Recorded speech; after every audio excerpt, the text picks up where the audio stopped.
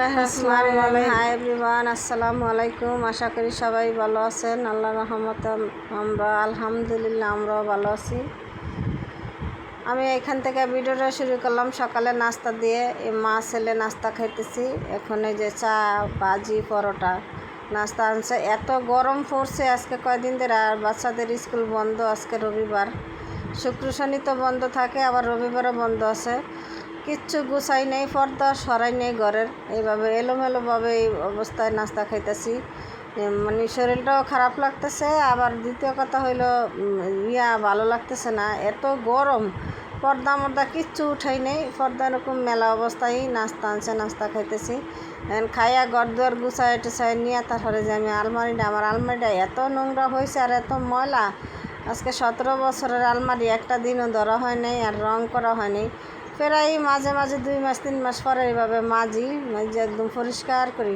তা এই আলমারিটা পরিষ্কার হয়েছে, ফুসা টুসা এই মাজা টাজার পরে অনেক পরিষ্কার হয়েছে, সুন্দর হয়েছে আলমারিটা। তো সুন্দর হয়েছে দেখে আমি ভাবলাম যে একটু ভালো করে পরিষ্কার করি। ভালো করে পরিষ্কার করে পরে রান্না করতে গেলাম। রান্না করলাম জালি আছিল ঘরে, জালি ভাজি। আম্মা বাজারে গেছে, এখন জানি না কি আনে। তারপর আমি যেটা রান্না করার সেটা রান্না করতেছি। ঘর দর গুছাই নিলাম, ভাবলাম পর্দাটি ধুবো। পর্দাটি অনেক ময়লা হয়েছে। সেই ঈদের সময় ধুইছি, আর দেওয়া হয় নাই। এই চান রাতের 2 দিন আগে ধুইছিলাম, রোজার আগে। তারপর যে দৌড়াদৌড়ি করলাম সেই জন্য আর দেওয়া হয় নাই। এখন এই যে আমি আয়নার সামনে দাঁড়ায় একটু নিতেছি, দেখি আমার কেমন লাগতেছে সেই জন্য। তারপরে আমি এই যে রান্নাবান্না সব কিছু করা শেষ করে এখন রান্নাঘরে যাব। ডাল হয়ে গেছে, ভাত চুলাই দিছি। এখন এই যে ফাঙ্গাস মাছটা ভাজি করব। ফাঙ্গাস মাছ আনছিল আম্মা, আমার নানি শাশুড়ি ফাঙ্গাস মাছ আনছিল। সেই ফাঙ্গাস মাছটা খাওয়া হয়ে গেছে, এখন অল্প একটু মাছ আছে, সেটা রাখছিল আম্মা ওই যে বানাইতো কাবাব বানানোর জন্য। এই মাছ দিয়ে তার কাবাব বানানো যাবে না, এটা শুধু তেলের অংশ, এটা কোনো বাড়ির অংশ নাই, পিঠের গাদা অংশ নাই। সেই জন্য আমি এখন লবণ দিয়ে ভালো করে পরিষ্কার করে নিচ্ছি, ধুইয়া রাখছি। তারপর আবার লবণ দিয়ে আজকে আবার ভালো করে ধুইতেছি। ধোয়া হইলে তারপর মাছটা আমি হলুদ মরিচ মাইখা রাখবো। আর বেগুনও কাইটা নিছি, বেগুনও ধুয়েটা হলুদ মরিচ মশলা মাখায় রাখবো, তাহলে বেগুনটা ভাজি করতে ভালো লাগে। ওই বেগুন খাইলে অনেক ভালো লাগে। সেই জন্য আমি আস্তে আস্তে সব কাজগুলি করতেছি। যেখান থেকে আমার ভিডিওটি দেখেন, ভাই ও বোনেরা, খালা ও খালুরা যারা দেখেন, সবাই আমার ভিডিওটি সাবস্ক্রাইব করবেন আর লাইক দিয়ে ভিডিওটি দেখবেন। আশা করি সবার কাছে ভালো লাগবে। এই যে এক হাতে মোবাইলে যে মাছটা মশলা মাখায় রাখছি, বেগুনটাও মশলা মাখায় রাখছি। আজকে বেগুন ভাজা, মাছ ভাজা, এখানে ভাত মারগাইলা রাখছি, আর এখানে ভাজি দিছি।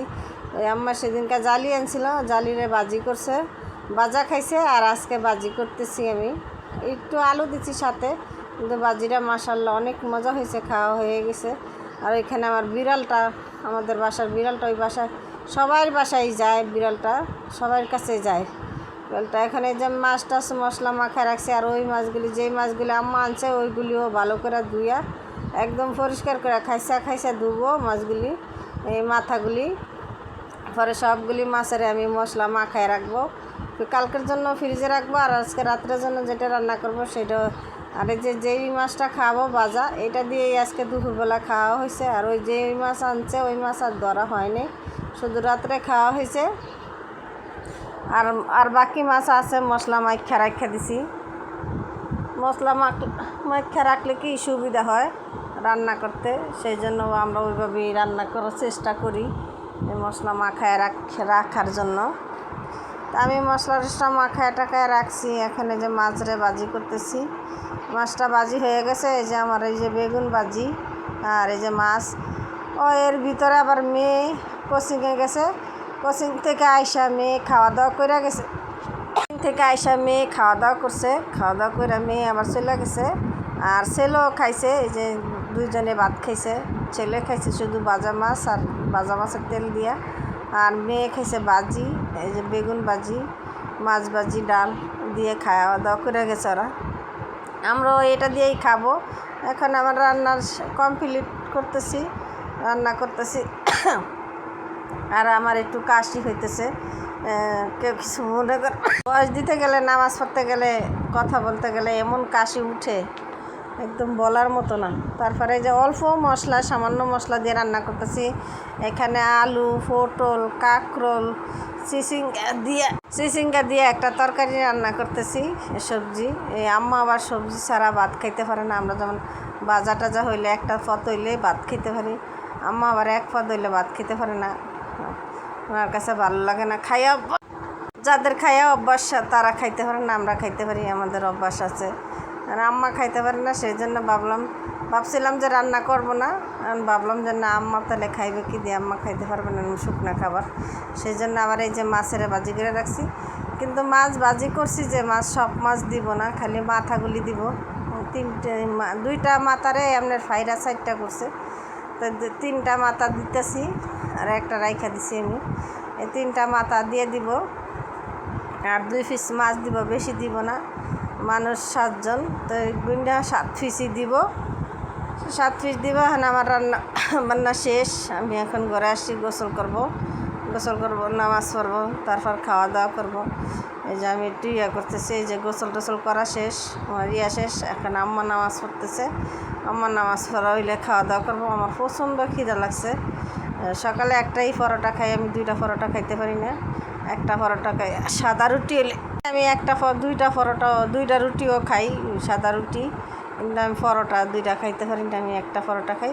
আর মাঝে সাঝে যদি আম্মা জোর করে দেয় তাহলে আমি এই অর্ধেক পরোটা, 1.5টা পরোটা খাইতে পারি। এই জন্য এখন 3:30 বাজছে। কাজ করতে করতে আজকে ঘরের কাজ সম্পূর্ণ এক হাতে করা লাগছে। ঘর দুয়ার গুছানো, থালাবাটি ধোয়া, এবার টিয়া বানানো, চাটা বানানো। চা বানায় আম্মা সকালেই, বেশিরভাগ আম্মা বানায়। যখন আমার ভালো লাগে বা টাইম পাই তখন আমি বানাই, নাহলে আম্মা সকালে চাটা আম্মাই বানায়।